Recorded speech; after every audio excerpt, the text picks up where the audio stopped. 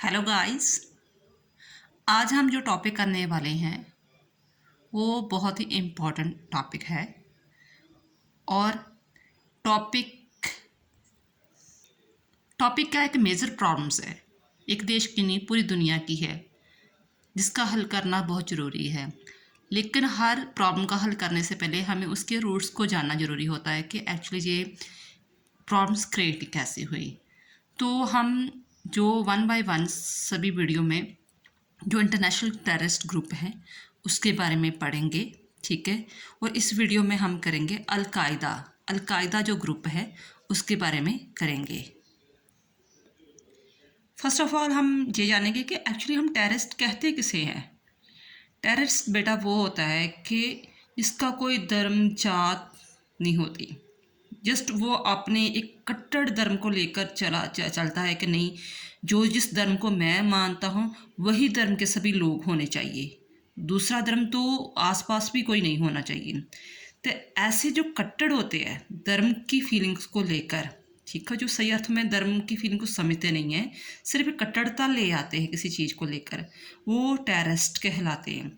तो वो चाहते हैं कि किसी भी तरह कि हमें चाहे जितना भी वायलेंस उठाना पड़े, जितने भी हमें चाहे बच्चे हैं बूढ़े हैं किसी तरह भी किसी को भी मारना पड़े, लेकिन हम उस पर इतना टेरर क्रिएट कर दें, डर क्रिएट कर दें कि वो डर के मारे ही हमारे धर्म को अपना लें, ठीक है। तो ऐसे कौन से ग्रुप हैं। फर्स्ट ग्रुप हम करेंगे जो है अलकायदा। अलकायदा बेटा एक ग्रुप जो है बहुत ही टेररिस्ट ग्रुप था क्या, अभी भी है। फर्स्ट ऑफ ऑल अलकायदा का मीनिंग क्या है। अलकायदा का मीनिंग है ऑर्गेनाइजेशन, एक रिलीजियस जो है ऑर्गेनाइजेशन। तो इसकी जो स्थापना थी वो 1980 को की गई, उसामा बिन लादेन ने की। तो आपको हैरानी होगी कि उसामा बिन इतना वेल एजुकेटेड था कि उसने इकोनॉमिक्स की, जो दूसरी बिजनेस स्टडीज़ की, उसने मास्टर डिग्री की हुई थी और इंजीनियर भी था, ठीक है। और उसके पापा जो थे बहुत ही ज़्यादा रिच इंडस्ट्रियलिस्ट थे, बहुत अमीर आदमी थे। लेकिन लेक ऑफ पॉइंट सबसे बड़ा क्या था कि वो अपने बच्चे को एक अच्छी शिक्षा नहीं दे पाए। एक दुनियावी तो जो है एकेडमी एजुकेशन दे दी, लेकिन ये नहीं दे पाए कि नहीं, कट्टरता नहीं होनी चाहिए। तो लादेन जो है धर्म के रिलेटेड से वो इतना कट्टर हो चुका था कि जो इस्लाम धर्म ही सबसे ऊपर होना चाहिए और कोई भी नहीं होना चाहिए। वो अपनाता था पैन इस्लामिक कैलिफेट को। पैन इस्लामिक कैलिफेट क्या होता है, कैलिफेट कह लो खिलाफत, ठीक है। जो इनका पुरोहित था जिसने सबसे पहले इस्लाम धर्म की स्थापना की थी, उनका ये मानना था कि दुनिया में एक ही धर्म होना चाहिए, वो होना चाहिए इस्लाम, ठीक है। तो जिस जहाँ भी किसी दुनिया के किसी भी कोने में कोई भी इस्लाम को मानता है, मुस्लिम धर्म को मानता है, तो उनकी एक ही स्टेट होनी चाहिए, एक ही गवर्नमेंट होनी चाहिए। यानी कि पूरे वर्ल्ड में वो एक स्टेट, एक पॉलिटिकल रिलीजियस स्टेट स्थापित करना चाहते थे। तो जो उसामा बिन लादेन था वो इस चीज़ को फॉलो करता था, पैन इस्लामिक खिलाफत को, ठीक है। तो वही चीज़ इस पूरी दुनिया में लागू करना चाहता था। तो इसलिए उसने अल कायदा को जो है उसको इस्टेब्लिश किया, एक ऑर्गेनाइजेशन को स्थापित किया, किस लिए कि पैन इस्लामिक खिलाफत को मल्पी जो है सारी दुनिया में लागू किया जाए। तो फिर इसके जो है बाद में जब उसने 2005 में 2001 में जब अमेरिका के WTC और जिसे अब हम वर्ल्ड ट्रेड सेंटर बोलते हैं और पेंटागन, जहाँ पर उसके अमेरिका के सारे हथियार एम्यूनेशन रखे हुए हैं, इन पर उनको टारगेट किया तो पूरी दुनिया ही हिल गई। अमेरिका तो हिला, दुनिया भी हिल गई कि इतना अमीर देश है उसको निशाना बना दिया। तो हम देश मुस्लिम के आगे क्या है। तो अमेरिका एक हेजेमोनी है, उसने सोचा कि अगर मैंने इस चीज़ का बदला नहीं लिया, उसामा बिन लादेन को सबके नहीं सिखाया, तो मेरी तो हेजेमोनी ख़त्म हो जाएगी, ठीक है। फॉर दिस रीज़न उसने 10 साल, ठीक है ना, वो स्ट्रेटजी अपनाता गया कि किस प्रकार उसामा लादेन को पकड़ा जाए, तो उसे पकड़ा क्या, मार ही दिया जाए, ठीक है।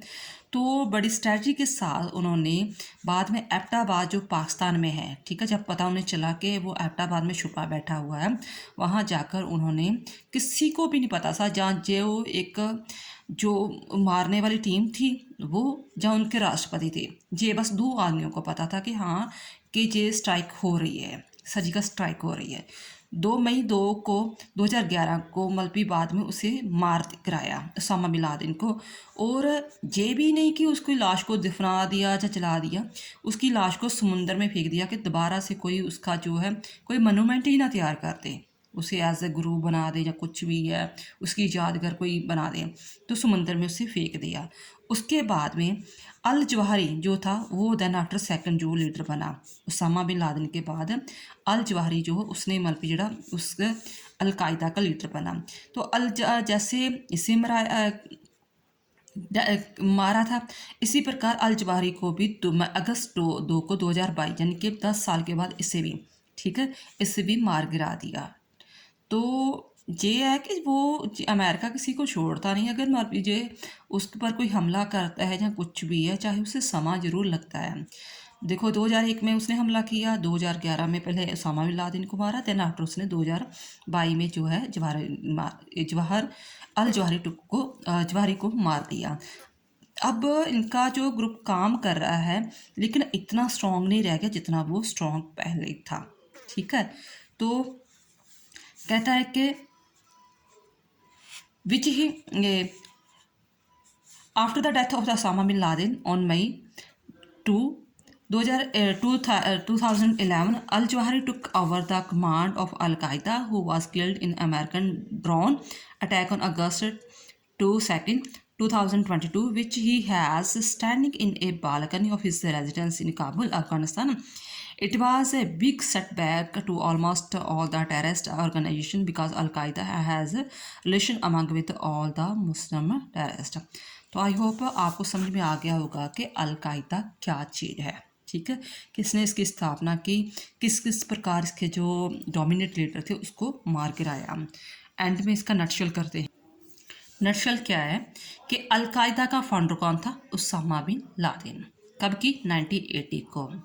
तो उसने पहली बार मतलब पहले भी कोई हमले किए थे, लेकिन अमेरिका पे WTC और पेंटागन पर हमला कब किया? 2001 पर। तो बाद में इस चीज़ का बदला कैसे लिया अमेरिका ने? 2011 को एबटाबाद में ओसामा बिन लादेन को मारकर। उसके बाद कौन लीडर आया? अल जवाहरी लीडर आया। उसे भी कब मार गिराया? अगस्त 2022। आई होप आपको चीज़ समझ में आ गई होगी। और एक क्लास में यही मैसेज देना चाहूँगी बेटा कि इंसानियत सबसे बड़ा धर्म है, ठीक है। किसी भी वो धर्म बिल्कुल भी अच्छा नहीं है जिस पर आप किसी पर कट्टरता धारण कर लेते हो कि नहीं मेरा ही धर्म सबसे अच्छा है और मेरे धर्म के आगे मैं किसी भी धर्म को मतलब आगे बढ़ता देख नहीं सकता। इंसान ही सबसे बड़ा धर्म है। हम अगर ऐसे ब्रदरहुड की फीलिंग लेकर चलेंगे तो हमारा सचमुच दुनिया जो हमारी है वो एक पीसफुल प्लेस बन जाएगी। अगर हमारे पर किसी तरह भी कट्टरता आ जाए जात को लेकर, रिलीजियस को लेकर या कुछ भी है, तो हम अपने लिए भी नर्क बना देंगे, आने वाली जनरेशन के लिए भी नर्क क्रिएट कर देंगे। आई होप मेरी बात आपको समझ में आ रही होगी। थैंक्स बेटा।